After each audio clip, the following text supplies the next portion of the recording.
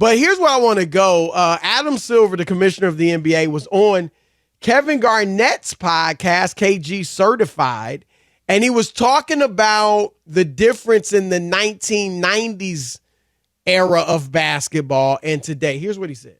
Is the high scoring working? Is speeding the game up? I asked this with a follow-up because I want to know, will there ever be a time in our lives where the hand check comes back? Is that going? Is this kind of the wave in which we're going now? I'll answer it coming from the fan in me, which is, and maybe data comes into play here because I can look at television ratings and other measures of interest.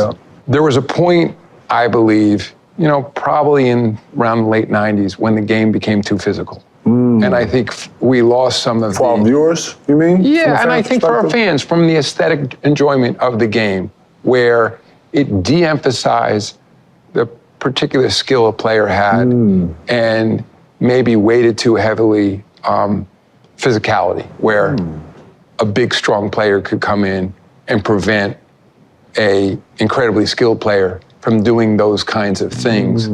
I think of, not that he's a small guy, but a smaller player like Steph Curry can do on the floor. I think that when you think of some of his ability to shoot, his ability to move through the paint, that if guys could just bang him and knock him to the ground, as that was once the case in the league, I don't think that would be a better brand of basketball.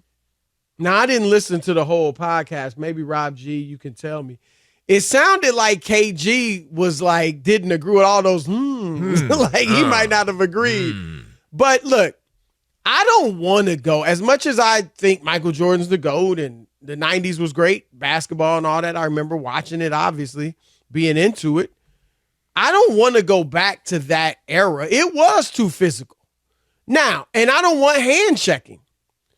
But Ephraim, I have loved these playoffs where you could see right away in the first round, they were letting the players be more physical. Now, it wasn't 90s era, thank God, but it was more physical. And my thing is, there's a happy medium.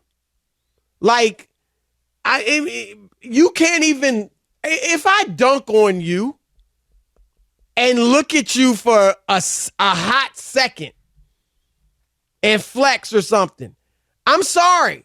It shouldn't be a technical. Now, you can go overboard with the taunting, and yeah, we have to do something about that. But just emotions, things like that, should not be outlawed in the game. Some fouls that are hard fouls, I don't need to see the guy ejected for it. I don't need to see him given a flagrant 2 or maybe even a flagrant 1 for it. So I just think they need to find that balance. But Ephraim, I in no way, shape, or form want to go back to, because I started covering the NBA in 1995. And I remember there was a lot of talk in the league about how can we get scoring up. The games are too slow. I covered the Cleveland Cavaliers when they had Mike Fratello as coach and Terrell Brandon, Chris Mills, Bobby Fields. That was their quote unquote big three. And this is no exaggeration. Many of their games were in the 70s and a few in the 60s. Because that Mike Fratello was like, look, we don't have as much talent as a lot of these teams. The best way for us to win is to slow it down, because slowing it down does nullify the talent deficit.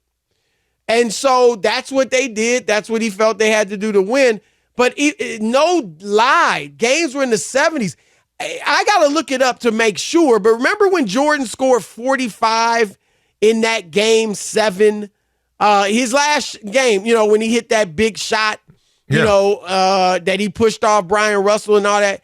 He scored 45, and I'm looking it up right now. The final score of that game was 87-86. So that's one thing, and I don't want to get off on a tangent, but when we talk about the GOAT debate and Jordan and all this, and wow, there's a lot of guys averaging 30 now. Jordan was dropping 30 when they scored 90 points a game, 95 points a game. That's a lot different than the day when they scored 115 and 120. But that's neither here nor there. My point is, though, Ephraim, they were looking like that's why they put the zone rule in. Because they believed, look, teams won't want to face the zone in the half court, so they will push the ball and have more fast breaks to beat the zone so the zone can't set up. That was the thinking behind putting in the zone. So they were looking for ways to increase the scoring. So we don't want to go back to that.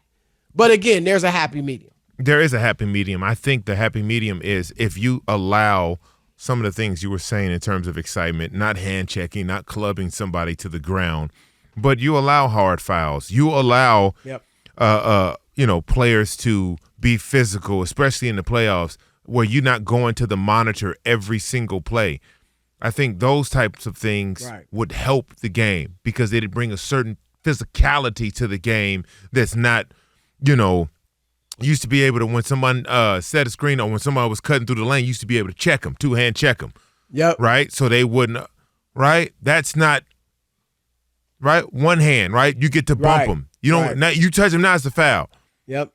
Like I certain things like that, I think if they, were more lenient in calling, I think it would help to the physicality and the nature of the game. It's competitive. I want to see somebody get dunked on and be able to scream. Right. I want somebody to hit a three and be able to stare at their opponent down the court.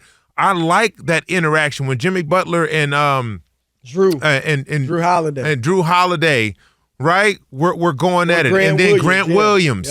That brought a different excitement to the game. Right. Right now, it's like now we get to see these athletes at their best doing, you grew up hooping at the park.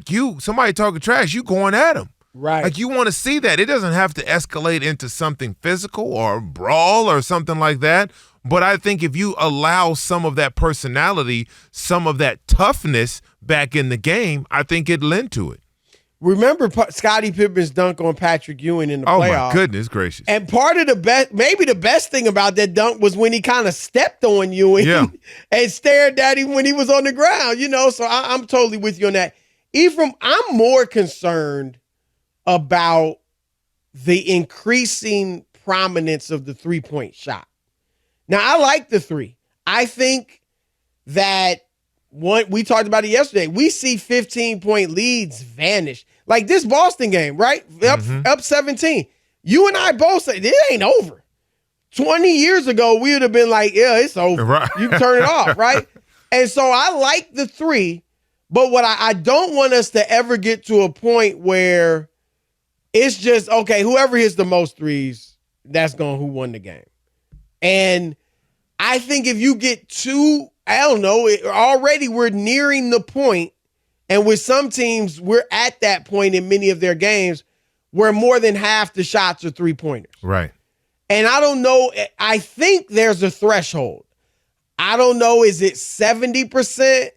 But there's something where if 70% of the shots become threes, it might become a very bad-looking game, like the All-Star game has. And what I've thought about, Ephraim, if it gets to that point, is eliminating that corner three. So the three-point arc ends like at the free throw line extended, essentially. To me, that would continue. You'd keep having the three-point line, but if you don't have a corner three, now we have mid-range shooting again. We have the post-up play again.